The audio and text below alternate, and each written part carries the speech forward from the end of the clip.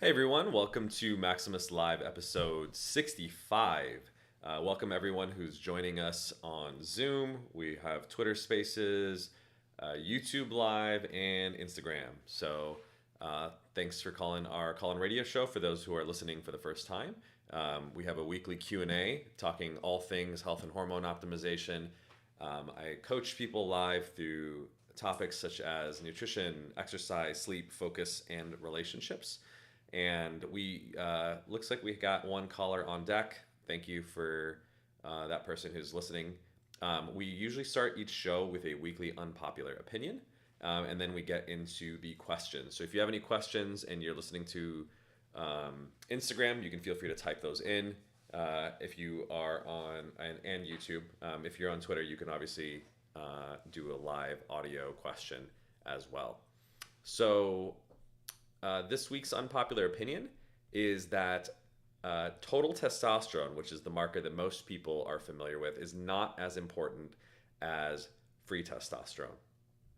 So most people actually never get their testosterone levels checked. It's not really part of the routine healthcare system. Unfortunately, you really have to ask your doctor to test your testosterone levels. Usually they won't even do it. Insurance won't reimburse for it unless you have a reason or a symptom. So if you do ask your doctor to test your testosterone levels, they'll usually say, hey, it's not really part of routine care. But if you said, hey, I'm having low energy levels, my motivation, drive, and confidence have decreased, I'm having low libido, I'm not able to make as much progress in the gym like I used to. So common symptoms of low testosterone, if you say those magic words, then your doctor is much more likely to give you a testosterone test. The unfortunate thing is that most primary care physicians aren't really experts in hormones. So they'll just do a really basic total testosterone test, which is somewhat useful, but I actually don't think it's very useful without the context of measuring other hormones such as LH, which is the precursor to testosterone, and something called SHBG, or sex hormone binding globulin. So those are the main three hormones that we focus on at Maximus. And the reason that it's important is that if you have total testosterone, SHBG, and albumin, although you can assume albumin, there's not a lot of variability between people, you can calculate something called free testosterone. So what is free testosterone and how is it different from total testosterone? So total testosterone is the total amount of testosterone that you have, but it doesn't mean that that's necessarily free to bind to the androgen receptors. It's usually bound essentially by two proteins, one being albumin, which I mentioned earlier, and the other being SHBG, sex hormone binding globulin. That's why it has that binding word in that term. So what happens is that these are almost like carrier proteins. They bind to the testosterone and make sure that it's getting to the right place that it needs to. However, that also means that as it's bound, it's not free to be able to act in that way. And the interesting thing is that SHBG is essentially largely genetically determined. Those people who have naturally low SHBG are at higher risk for insulin resistance, prediabetes, diabetes, etc. But they have higher levels of free testosterone because low SHBG means more of the total testosterone is unbound and thus free to act. Now, there's a lot of folks that we run into in our program who naturally have high levels of SHBG. Those folks, the good news is they're at less risk of insulin resistance, diabetes, and metabolic syndrome, as I mentioned, but most of their testosterone is bound up. Now, here's the interesting and beautiful thing about the human body, that regardless of where your set point is genetically when it comes to SHBG, the body essentially will compensate. So an analogy that I like to make is imagine two identical twins. So they're biologically identical, except for one fact. One of them has low SHBG, the other has high SHBG. What will end up happening is that both of them will actually end up with the same amount of free testosterone. The only difference is the guy with low SHBG will have a moderate amount of total testosterone. The guy with high SHBG, the body will essentially overcompensate for the high SHBG by producing more total testosterone. And that's why it's very, you're missing something, or it's somewhat inaccurate to just look at total testosterone. I'll give you an example. Had a guy who came in and said, my total testosterone is 1,000, right? So he's already in the upper end of the normal range for total testosterone. He's like, can I benefit from your program? And the answer to that is, well, it depends on what your SHBG is. If his SHBG is low to moderate, he probably can't benefit because he already has super high free testosterone. However, if he has very high SHBG, something in like the 80s or 90s, he actually may have a deceivingly lower amount of free testosterone than you'd expect from someone who has high total testosterone. In fact, this is such a reliable phenomenon that when I see guys who have naturally high total testosterone, like guys who are in the 800, 900, up to 1,000 range, I am almost sure most of the time that they have an SHBG that's like 50 or higher. So they have high SHBG. And like I said, the reason for that is because the human body essentially compensates for high SHBG by producing more total testosterone. But net, you end up in the same place, right? So take those two examples of the biological twins. A guy who has low SHBG, like a SHBG of, let's say, 15, his total testosterone only needs to be 500, and he'll end up with like a free testosterone around, let's say, low 100s. While if someone's SHBG, the other identical twin, is at 50, this guy will need a total testosterone of 700, 800 to have this same exact identical amount of free testosterone. So the moral of the story is you cannot really just look at total testosterone in isolation. You want to calculate that free testosterone, and it's a more useful marker. And there's studies, in fact, that show that free testosterone is more correlated with clinical symptoms and how you function, essentially. Because like I said, the two twins with the same exact free testosterone, one will have high total T, the other will have moderate total T, but they're functioning the same, right? They're biological twins, so they're exactly identical, except for this one, marker for this purposes of this thought exercise. So don't be deceived by total testosterone. You really want to calculate your free testosterone, and it's a much more accurate, and I would argue clinically relevant marker in terms of how someone's functioning. While if I look at two guys who have totally different free testosterones, let's say one has a level of below 100, right? They're in the double digits, and the other guy's at 200, which is the higher end of the reference range. So this is probably like 80th percentile higher. They're probably functioning very differently. Like for instance, just the ability to put on muscle. If you're double digits versus closer to 200, it's going to be a remarkable difference. And I would actually argue would significantly predict sports performance. I've told the story before in I think a previous video of a BBC documentary in which a professor was just looking at 2D, 4D digit ratio as a measure of intrauterine testosterone, how much testosterone you were exposed to in the womb. And just that ratio alone was able to predict how the rank order in which track athletes completed a race. So if you're able to do that just from how much testosterone you were exposed to in the womb, imagine if you could actually measure everyone's free testosterone and predict how they would finish in a race. I would argue it would actually be a pretty good predictor. Moral of the story, learn about free testosterone, much more clinically relevant marker. And if you're interested, we obviously do that testing at MaximusTribe.com. We do baseline testing. We assess your symptoms, put you on our protocol for 30 days, and we retest your free testosterone. And most people in our program see a 1.5 up to 2.5x increase in free testosterone. So we like to say, especially healthier folks will often see a doubling of their levels. All right, so that's this week's unpopular opinion. I'm going to let in our first caller.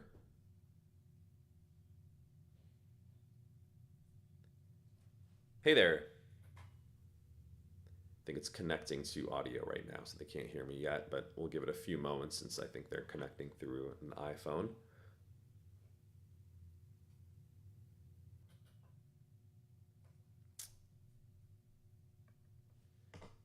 Let me just type it into the chat. Can you hear me?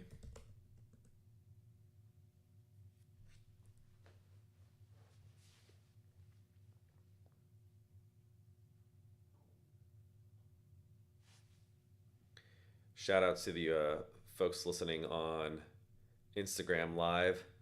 Looks like we got a couple folks listening. Hey there. I think we finally connected. Hello. Hi. Can you hear me? Yeah, I can hear you. Thank you so much for joining us today. How are you doing? I'm doing fine. How are you? Excellent, excellent. Glad to have you joining us. So, yeah, tell me a little bit about yourself and what questions I could answer for you. Yeah, I'm actually just started this journey trying to focus on my body, my fitness, my mental health, all that stuff. Excellent. And I just been doing it by just reading books, self-help books and stuff like that. Mm-hmm. And then I came across Maximus and saw the reviews. I was like, okay, this could help out a little bit. Awesome. Where'd you hear about us, by the way? I believe it was on Snapchat or like social media or some stuff like that. Okay, cool. And what got you interested? Just the fact that I could like that, just maximize everything. Mm.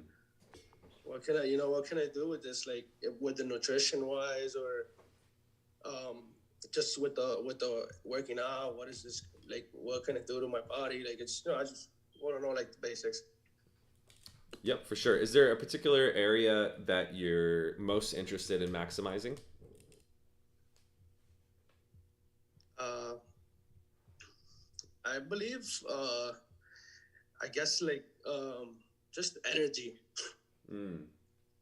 Are you feeling kind of That's like the next low one. energy, or has there been a decrease over time for you? Yeah, man, it's been a decrease over time. Maybe not as low as others, but Hmm. it's definitely I feel it. Sometimes I feel like you Totally. gotta. I feel you. What's your explanation for that? Like, what do you think is causing your low energy? I have no idea. I don't know. Fair enough. I would say that it's the lack of working out because sometimes I don't have the motivation to work out, Yeah. but I couldn't pinpoint something. Well, why don't we walk through some possibilities and maybe we can explore that together. Let's start with your sleep because I think that's really the foundation to high energy levels. How much are you sleeping a night? Probably sleeping like 6 hours. Okay. And is that normal for you? Like, have you always slept 6 hours, or has there been a period of time in your life where you slept more? Yeah, that's probably a period I slept more, but now like an average 6 7 hours. Okay, that makes sense. And then do you wake up with an alarm clock?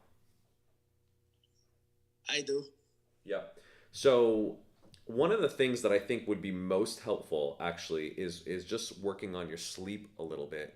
And I always say the reason I asked the question about the alarm clock is even though most people do that, by definition you are actually sleep deprived if you're waking up with an alarm clock. Because if you think about it, you're obviously interrupting your sleep with an alarm to wake up when your body actually wants to sleep more, right? So the ideal case, in fact, is you do use an alarm clock, but it's really more of a backup, and you wake up naturally when your body has had enough rest. I think that's the ideal or optimal situation for most people.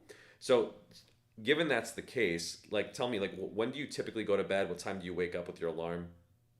Yeah, I usually go to bed kind of late, to be honest, like kind of like at 12, 1 ish, Okay, and then you wake and up then at like 6:30, okay, 7. and you do you get up that early because of work?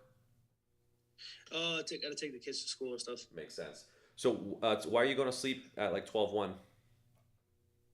Just like right now, watching the NBA finals and stuff.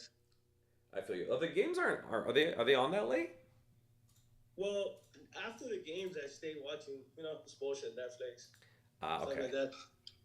So okay, so now I think we've pinpointed maybe what's causing a little bit of the sleep deprivation. I was funny. I was actually talking to someone about this the other day. There's a phenomenon that I think is becoming increasingly popular. It's called bedtime procrastination. Right? We're all guilty of it, myself included. That especially because of social media, Netflix, television, all the media that we're bombarded with, it's very very easy to just stay up later than it ever was. Because back in the day, I don't know, there's like not that much entertainment. Television was shitty. There was infomercials on. There was nothing interesting to keep you up. So we just get bored and go to sleep, which is the right thing to do. But now there's so much interesting things to do that this is the interesting phenomenon that happens. All of us are, I should say, a lot of us are really busy, obviously, in our day-to-day lives, oftentimes doing things that even though they're meaningful, we don't necessarily enjoy them. It's like obligations. You got to take care of work, you got to take care of your family, got to take care of all the random things that you have to do around the house. And so finally, the only time that we really have free for ourselves is that like last hour or two right before bed, in which you have kind of the freedom to do whatever you want. And so, in some ways, there's kind of like a theory that the Japanese have that like the unconscious part of our minds almost like take revenge, and it's like, well, okay, you denied me of all my enjoyment during the day, so now I'm gonna get revenge. It's my time. I get to watch, NBA Finals commentary or Netflix or whatever it is. So, does that kind of sound like what's happening here? Yeah, that sounds exactly how my life is going on right now. All right, so I feel you there. So I think there's, what you're describing as a little bit of sleep deprivation is really driven by sort of this bedtime procrastination phenomenon. And to me, the treatment or cure for that, or antidote perhaps is the better term for that, is dopamine fasting. Have you ever heard about that before? Um, I actually fast. Yeah, so it's very Like similar to intermittent fasting. So tell me about your intermittent fasting. that's what I do. I do intermittent fasting. When do you stop eating? I pretty much stop eating like maybe like around no later than 10. Like 10 p.m.? Yeah, 10 p.m. And then No when do you later start than eating that, again? and then I'll start eating again maybe like at 2 p.m. Okay, so you skip breakfast. Yep, yep. How is that working for you? I like it. I pretty much just I do have liquids sometimes. Yeah. Like, I will have like coffee, water, tea. And what benefits But what benefits do you notice from the intermittent fasting? I was trying to get better like with the energy and stuff like that. Have you noticed a difference before and after intermittent fasting in terms of what it did for your energy? Did it make it better? Did it make it worse? Yeah, I have noticed like us, but nothing too drastic. But I have noticed like I have more energy sometimes and I do more stuff. Okay. And I then was trying to get it naturally like that. your energy levels, when are they highest? When are they lowest? I would say like during the morning and stuff, they're at its highest, and then like just like after 8 p.m., I'm not doing nothing after that. Yeah, so maybe that's also contributing a little bit to the bedtime procrastination is, when our energy levels are lowest, as you're describing after 8 p.m., so is your willpower, right? Willpower, I think, Yeah, is associated with both energy and even things like blood sugar levels to some degree. Some research suggests that. So, you know, it's a perfect analogy, right? You talk about intermittent fasting, between 10 p.m.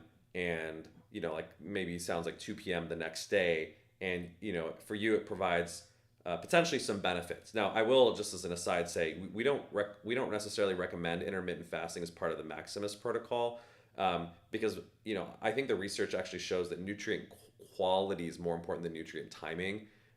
So I'm not against intermittent fasting. I think it does work for some people. To me, it's all different. These are all different ways of just cutting calories, essentially. So whether you're doing keto, you're doing intermittent fasting, they're all caloric restriction techniques, and you should use whatever you're willing to do and able to sustain long term. I don't think it's necessary, however, for weight loss. The best way to honestly lose weight is just improve the quality of the food that you eat. So that being said, we'll put that aside for the time being. The fact that you're disciplined enough to do intermittent fasting to me is a very good sign. And the analogy that I make is, we shouldn't be eating 24/7, right? That's kind of the fundamental premise of intermittent fasting. We're supposed to yeah, eat more like 2, maybe 3 meals a day.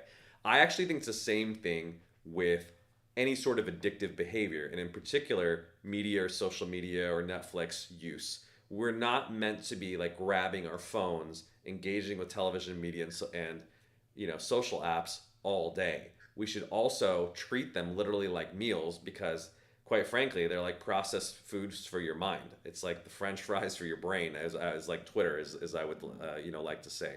So, what I would actually suggest is the time that you start your intermittent fast, which is 10 p.m.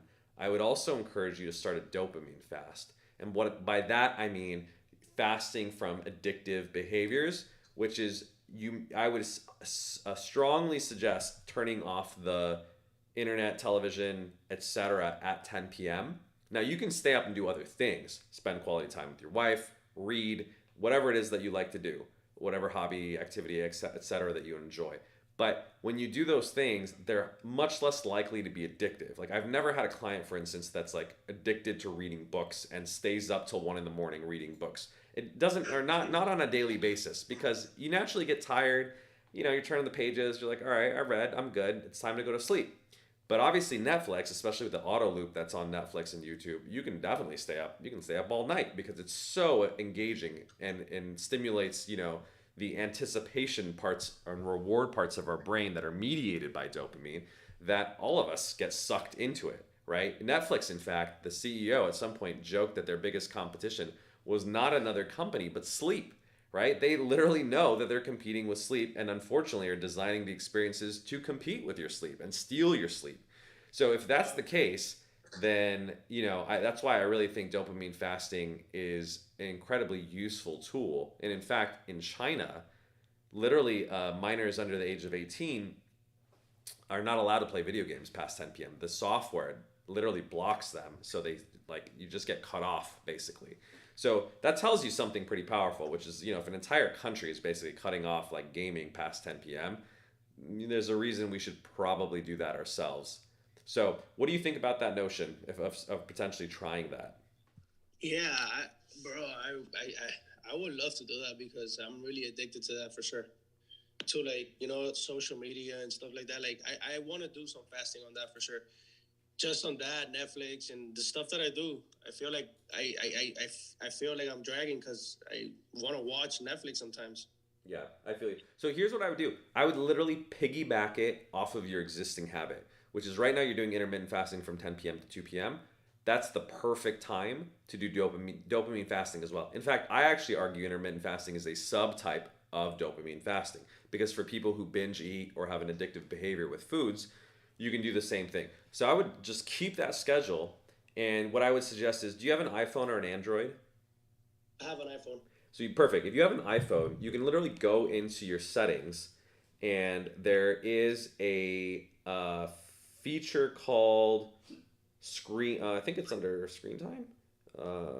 Yeah, if you go into settings, screen time, there's something called downtime. Downtime is basically Apple's term for dopamine fasting. Should have given me credit for it. But what you can do is literally set it for either every day or customize the days, like Monday through Friday, for instance. Some people choose to be a little bit more lax on the weekends. If you want to do it that way, that's fine.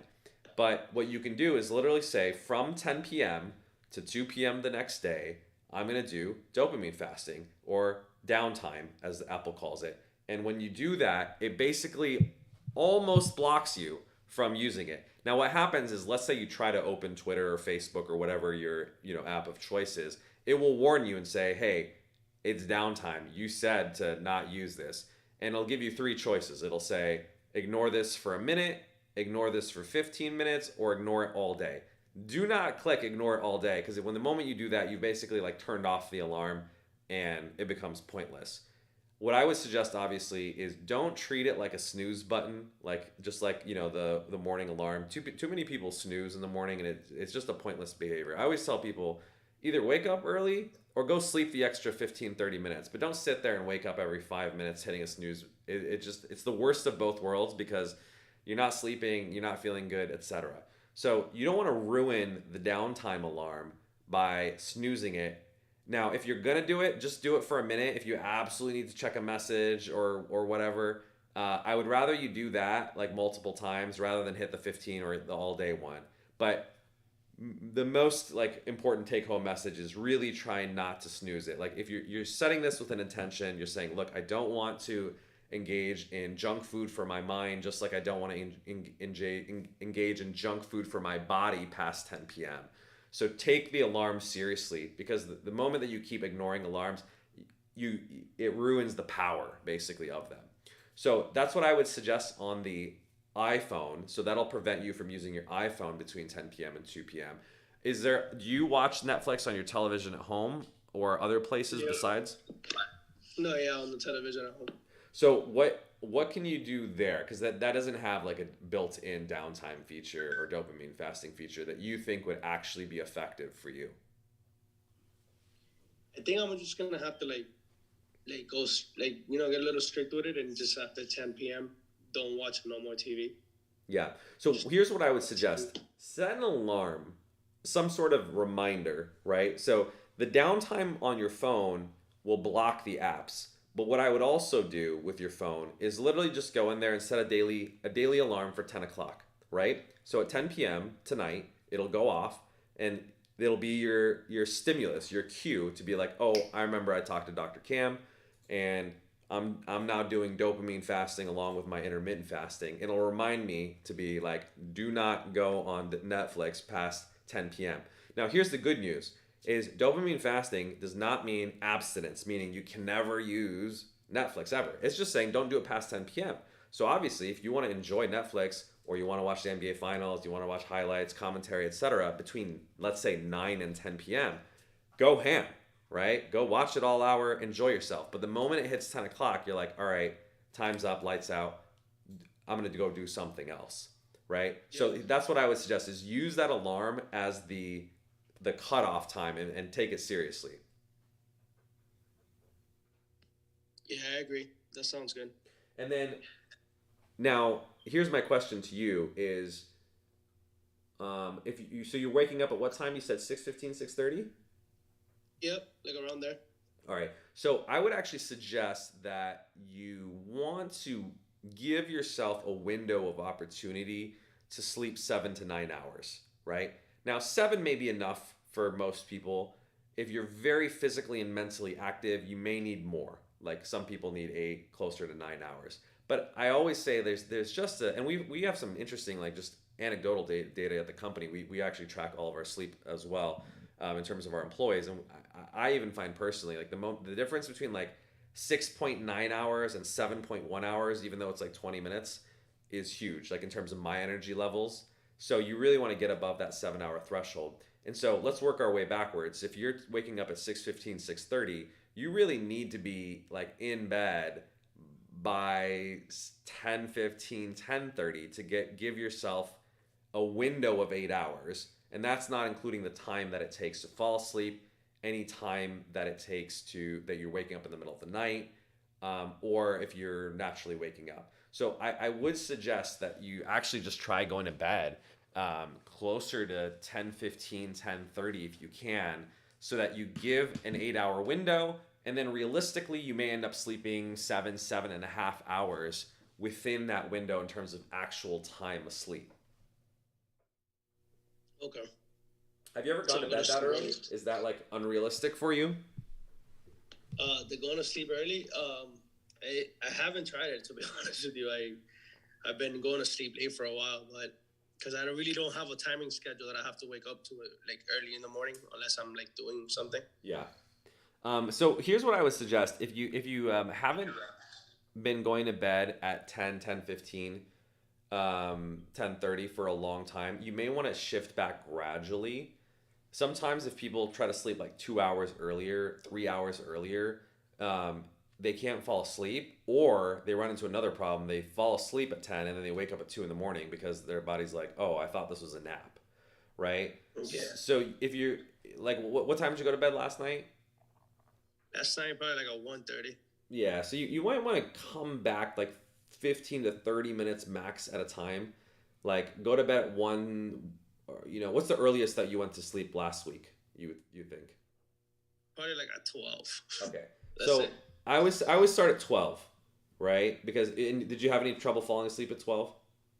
No. All right. I was pretty beat that day. So maybe start at 12 and then work your way back 15 to 30 minutes a night. So like the next night, 11:30 to 11:45, 11 to 11:15, so that you can work your way down over the course of the week to ideally between 10 and 10:30. It's okay to take 3 to 7 days essentially to get from where you're at now, which is sleeping between 12 and 1:30, all the way down to 10 to 10:30. And you want to do that gradually. We're not in a rush here, right? And you don't want to mess up your sleep by doing that. So that's what I would suggest. Now, what that's going to do is, let's say you eventually get to sleep, 10:30, even up to 11:30. Now you're sleeping 7 up to 8 hours a night. And I will almost guarantee you that you're going to have remarkably improved energy levels just from shifting your sleep schedule back and doing the dopamine fasting that's causing the issue in the first place. Okay. So I would just say focus on that. That's your one thing to just tackle. Do the dopamine fasting. That'll improve your sleep. When you improve your sleep, it'll improve your energy. So it's like a trickle down effect from dopamine fasting to sleep to energy. And then report back in 2 weeks. You can call in the radio show. You can message me on Discord at maximistribe.com/Discord, and I'm happy to follow up with you then. Okay. All right. Are you on our protocol? Yes, I am. Awesome. So how's that working out for you? Today was my first day on it. Oh, amazing. Have you noticed any difference yet? I know it's kind of early. No, I haven't noticed nothing. Yeah, so it takes time. Usually people feel it within the first week, but testosterone levels maximize by day 28 in the research, which is why we have people retest at day 30. So I'm glad you're on it. I'm glad you're feeling good. I would say, the obviously the medication will boost your energy as well. That's one of the main benefits that people report is like a improvement in calm energy, afternoon energy. They don't no longer need to take a nap, etc. But I would say take advantage of that to make some of these behavioral changes as well in terms of the dopamine fasting and the sleep stuff that we talked about. Yep. Awesome. Thank you, my man. I really appreciate the questions. I think these are, common stuff that everyone's dealing with. So I think a lot of people will benefit from hearing this as well. Okay. Thank you, Dr. Cam. Appreciate it. Have a wonderful and a good night's sleep tonight. You too, my brother. Thank you, man. All right. Take care. Bye-bye. All right. I think we got another caller in the queue. I'm going to let them in. We had a comment via YouTube. Dr. Cam, I am thankful for you, the whole Discord. The protocol is one of the best decisions I made this year. As a member of Maximus, I'm sharing the message with my personal tribe. Amazing. Thank you so much for the positive feedback. I mean, that's literally, why we get up and do what we do every morning. I'm so glad that you're part of our tribe in terms of the Maximus tribe. As I mentioned, anyone can join that actually for free. It's at maximistribe.com/Discord. But thank you for sharing it for your own tribe. I think all of us have our little tribes of friends, family, associates, and when you spread the word organically, that's when I think the company has real power. When people are satisfied, they find benefit, and they vouch for it. That's when I think we got the evangelists that really make our product and the community that we have really special. So thank you for that. Really appreciate it. Oh, and by the way, to that, if you could, that person on YouTube, if you haven't written a review on trustpilot.com, please do so. People really trust reviews, especially the ones on Trustpilot. So that's a huge favor to us and obviously a favor to other people in terms of convincing them that what we do is obviously safe and effective. All right, with that said, thank you for joining Maximus Live. Can you hear me? Hello? Hello, sir. How's it going? Oh, hi. Sorry. Like the show a lot. I wanted to ask a question about cheat days. Yes, sir. So I know that you. Sorry. I'm not used to talking. No worries. Take your time. Slow down. Yeah. So you know how some days we have days where we don't eat, where we eat good, like we don't eat sugar. Like, so for example, for me, I don't eat sugar on a daily basis and things like that. And I know some other people, they choose not to eat any carbs and stuff like that. Right. So, but there's some days you want to eat out, like for a birthday or a celebration and stuff like that. Sure. How do you go around doing a cheat day properly where it doesn't ruin either your diet or if you're trying to lose weight or if you're trying to maintain weight, depending on where you are? And the reason I'm asking is I recently, during my New Year resolution I had was not eating sugar on a daily basis because last year, or kind of towards the end of last year, I was eating a lot of sugar on a daily basis. And so a New Year's resolution I had was like, okay, I'm not going to eat sugar at all. I'm going to keep track, make sure like I don't eat any sugar. Yeah. And that's been going really good. I basically don't get any sugar cravings for most of the days and stuff. But that said, I do take cheat days or a day like I say, okay, this day I'm going to eat sugar and stuff like that. And I find that stuff, it really helps for me. It really keeps me, so I don't go crazy, during the days I don't eat sugar. Because I can go like, oh yeah, I'm going to eat sugar in like 3 weeks or something like that, or 2 weeks from today or something like that. And that's what's really helped me, it's what's helped me not eat sugar on a daily basis and having that cheat day to look forward to. So how do you do cheat days? How do you advise people to do cheat days if they're losing weight or stuff like that? And Thanks. Yeah, it's a great question about how to sort of do cheat days properly, or I guess do them in a way that results in the least amount of harm. So I'd love to hear actually your experience, and I'll talk kind of at a higher level about sort of cheat days and my personal philosophy. When did you start instituting these sort of cheat days? And since you have, what are the results that you've noticed? Like, have you been losing weight, etc.? Yeah. So the way I've done cheat days is I actually do a lot of long runs, Mm-hmm. and so I do marathons and stuff. And so anytime I have a marathon or a long run coming up, I will do a cheat day on that day. The reason was because I will eat like these little gels, like sugar gels. So I'm like, okay, if I'm already gonna eat sugar gels, it's already breaking the sugar stuff. And so yeah, I do. I will. So those are the particular days I do it. I actually haven't been. I've only been checking my weight recently, daily on once for just the last month. Actually, Okay. I'm based on your advice actually from previous episode, checking your weight every day. So I don't know about like in the beginning of the year, to be honest. But yeah, it Have probably you seen any hasn't change been in the last month? changes. I've to actually be honest, it's my weight has been kind of the same, or it hasn't gone up or down. So it's been pretty stable in the last month. And when did you start doing the cheat days? The cheat day, since January, since the beginning of the year, basically. Okay. But yeah, I haven't really, to be honest, I haven't really lost that much weight, at least, And, for the last month. what's So your, I think I'm doing it wrong. So yeah. What's your height and weight right now? My height is 6'1", Mm-hmm. and then my weight is 229. Just checked it today. Okay, excellent. Well, I'm glad you weighed in today. And then what's your goal? Do you have a goal for your weight? My goal is probably 200 pounds. Yeah, that's probably my. I think for someone 6'1", yeah, that's kind of. Yeah, to go lower, I know, but but kind of like my most immediate goal is probably 200. It's like, okay, if I get to 200, then I can get to like 190 and stuff. Yeah, I mean, technically at 6'1", 229 pounds, your BMI is 30.2, which is actually just into the obese range. So you definitely have some room to drop, obviously, about 30 pounds. And it sounds like, I don't know what happened between January and April, because it sounds like you weren't sort of weighing consistently, but it sounds like in the last month, you haven't been dropping weight, and you clearly have weight to drop. So I think my conclusion from all of this is what you're doing is obviously not working, right? So at least in terms of getting you where you need to be, it sounds like maybe it's helped compared to the past. I don't have too much of a reference. Like maybe, I don't know if you were worse off, you were binging more, you weighed more. Is that the case? I mean, I had a history of obesity, but from a long time ago. So back in high school, I was like almost 300 pounds, but I lost it. Yeah. And then went down to 200. And then I've been I've sort of been around 200, 229, the weight where I am today. Do you know where you were around the New Year?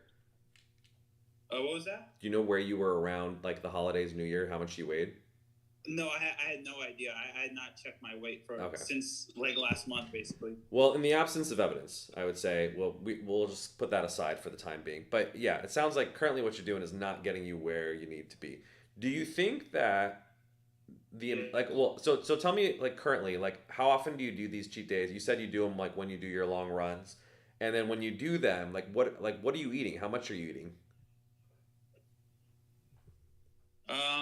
I would say the amount the when I do them, I would probably say once every 3 weeks. Probably say once every 3 weeks or so, or maybe once every 2 weeks. Okay. And then it's when it comes to what I'm eating, it's like because it's a cheat day for me. I would just like try to eat as much sugar as possible. Not as much sugar as possible, but like I would try to eat a lot. I definitely have problems of like binge eating and stuff like that.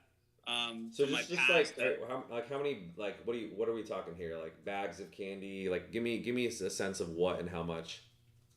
Oh yeah, it's like it's definitely like it's like 3,000 calories and stuff like that sometimes. And what kind of stuff? Yeah, like bags of candy, not bags, but like Ritz or cookies and stuff like that. Trying to think.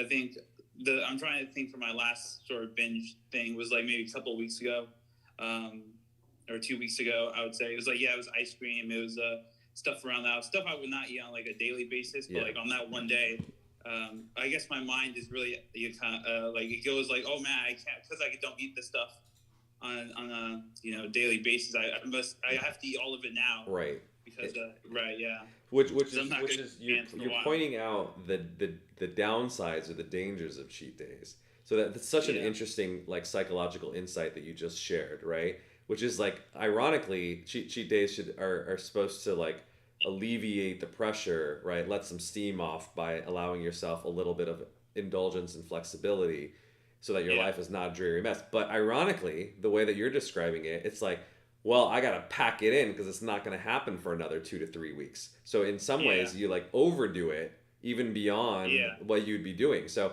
that's the double-edged sword, I would say, of sort of cheat days.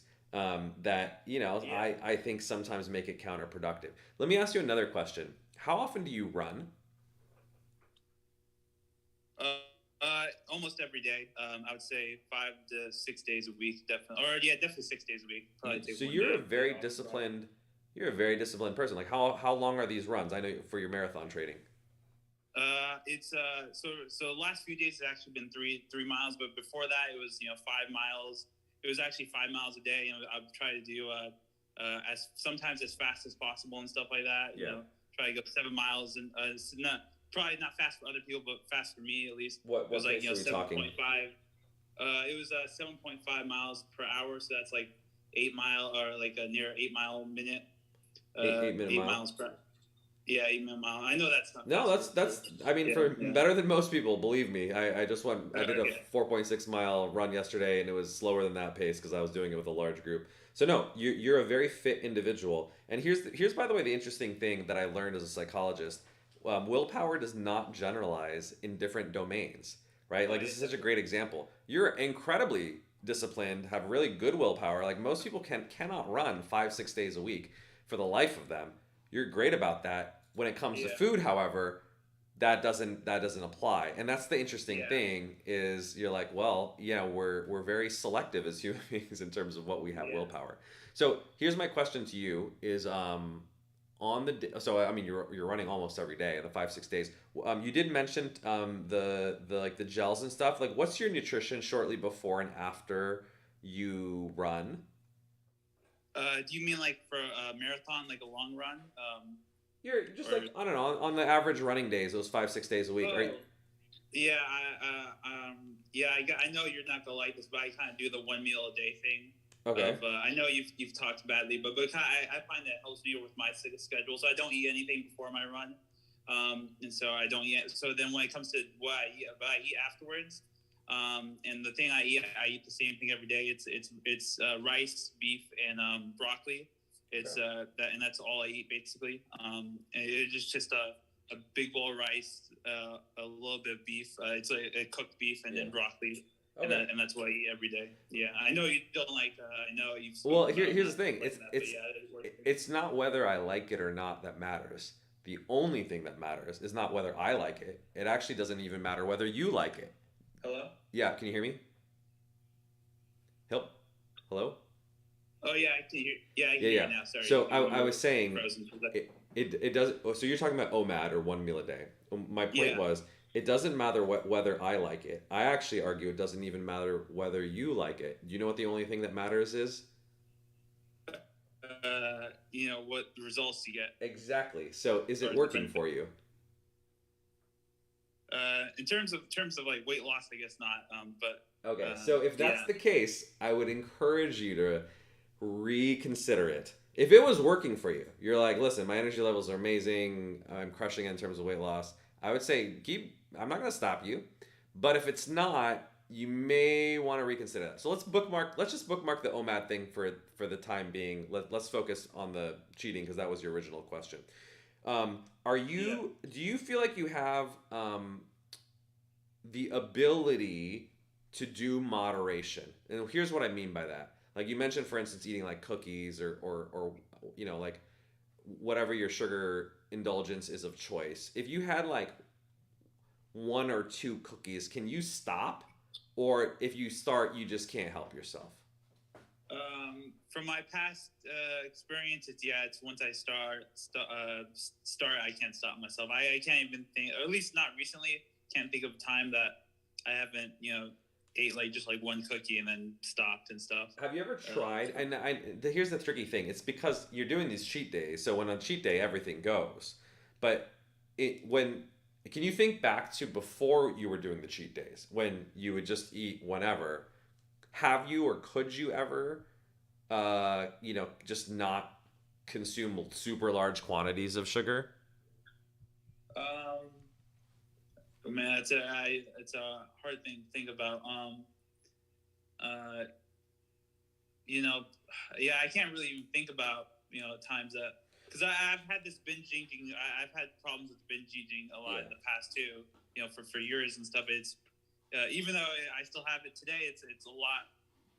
It's not as bad as it was in the past. Yeah. But yeah, I can't, because even like 5 years ago, I can think of moments where I was like literally just eating granola bars, because because it was the sugar and stuff. So yeah, I can't honestly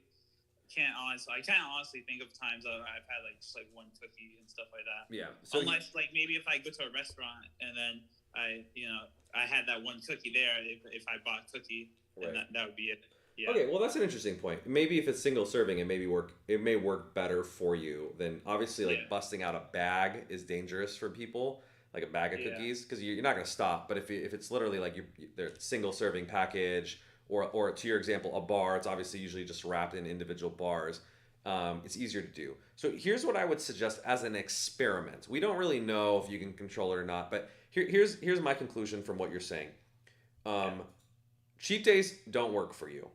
If we're going to be honest with ourselves, right? For a couple reasons. One, clearly you're not losing weight in the last month, so objectively it's not working. And second, just from like a health and sort of like behavioral perspective, consuming massive amounts of sugar in one day is obviously like spiking your blood sugar, and it does damage essentially when you overdo anything on one day. Another example is like if you don't sleep for one night.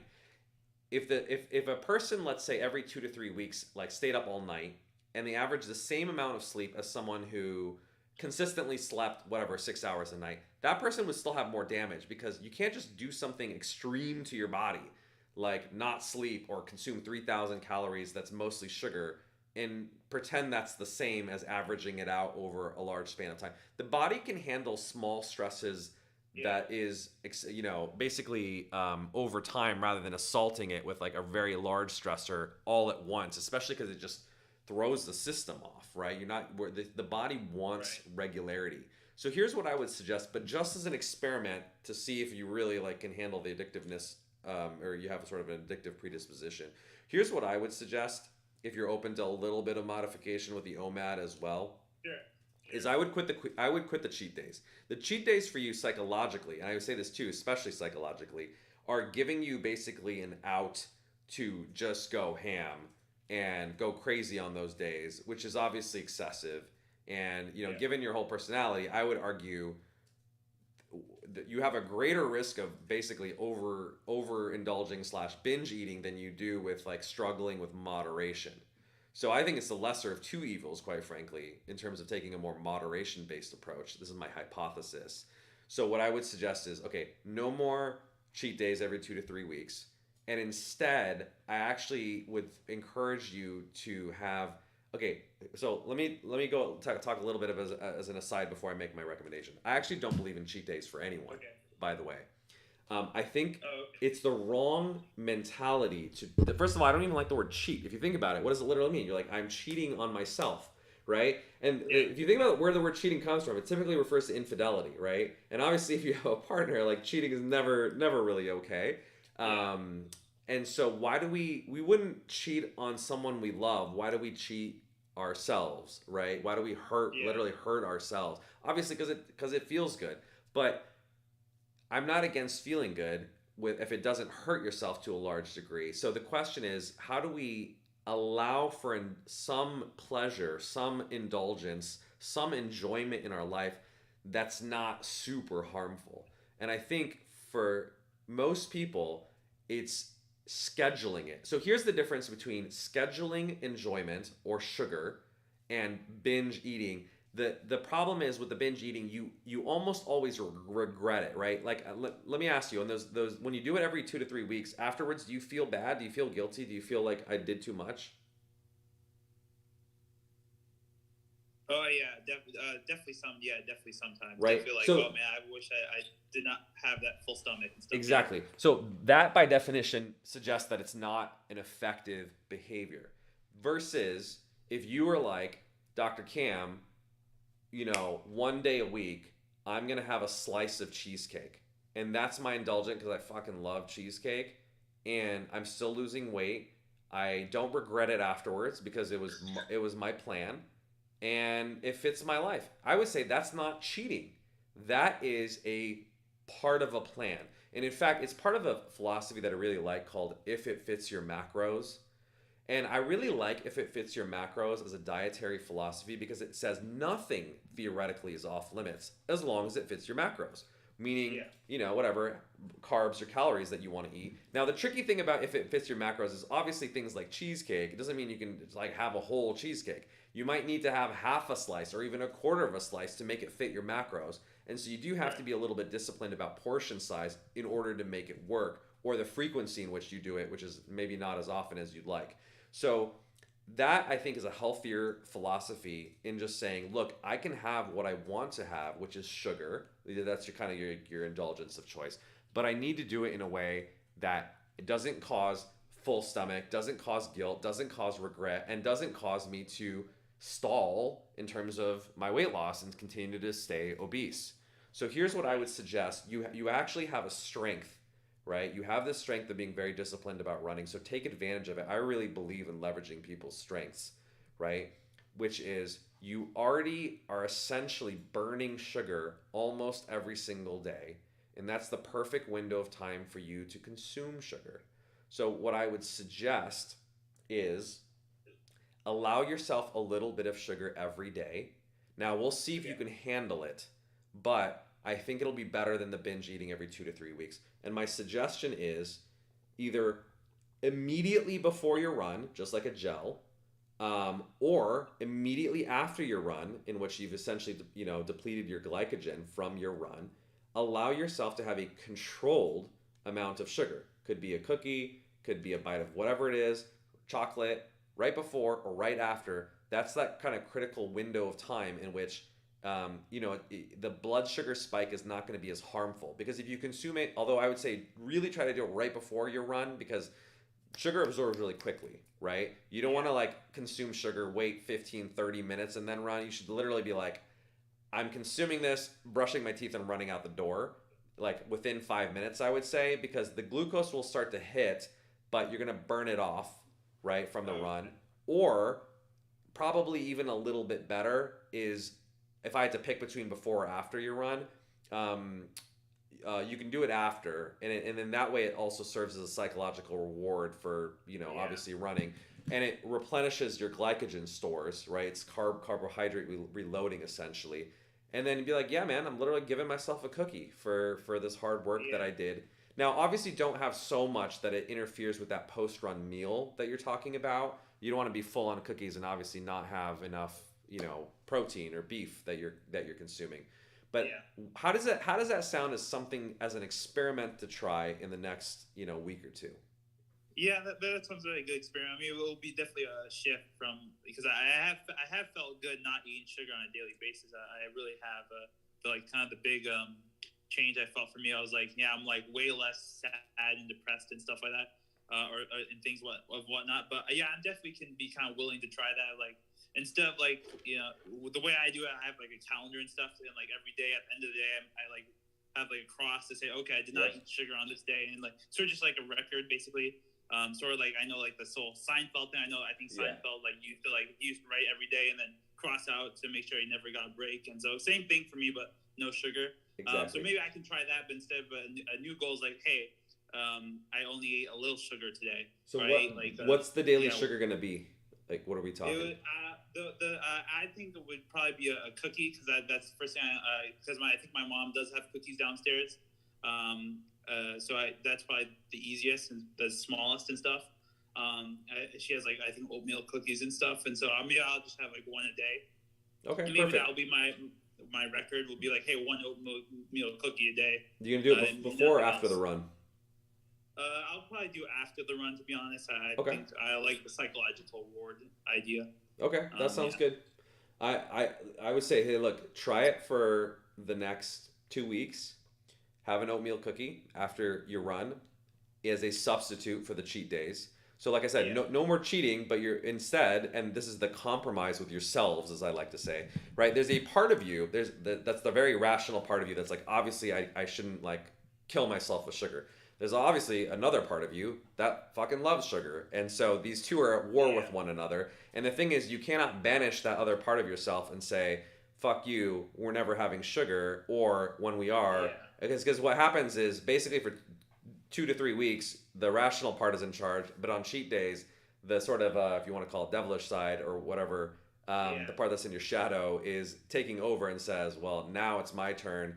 I'm going to go ham, as I said. So instead of that, I think you need to reintegrate those parts of yourself and say, no, like stop hiding in the shadows, come back here into the light. We're going to accept you.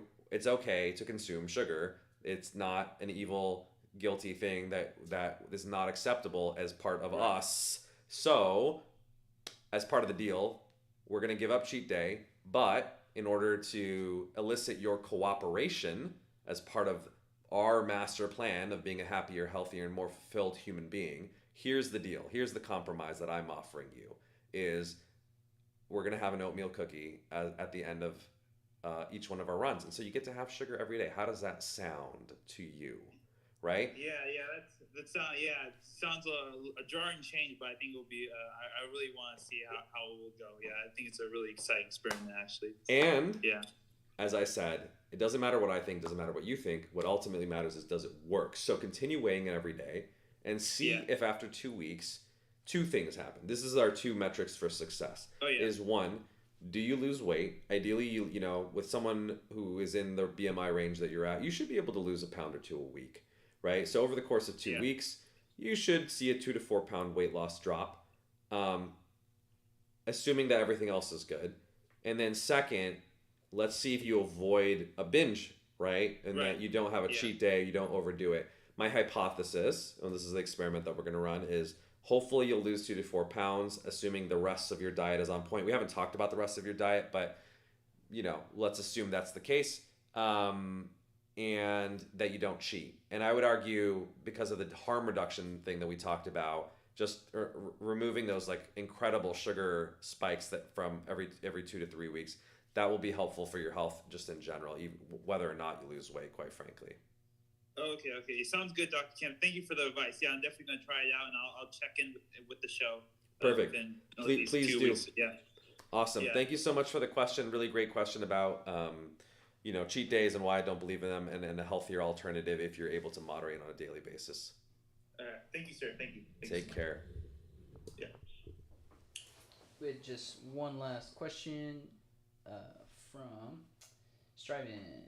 Is there a benefit to taking Tongkat Ali while on the protocol? No, complete garbage supplement. Andrew Soiberman, as I like to call him, is the biggest proponent of Tongkat Ali. If you actually look at the research studies, they show a statistically significant improvement in testosterone, but it's not a clinically meaningful increase.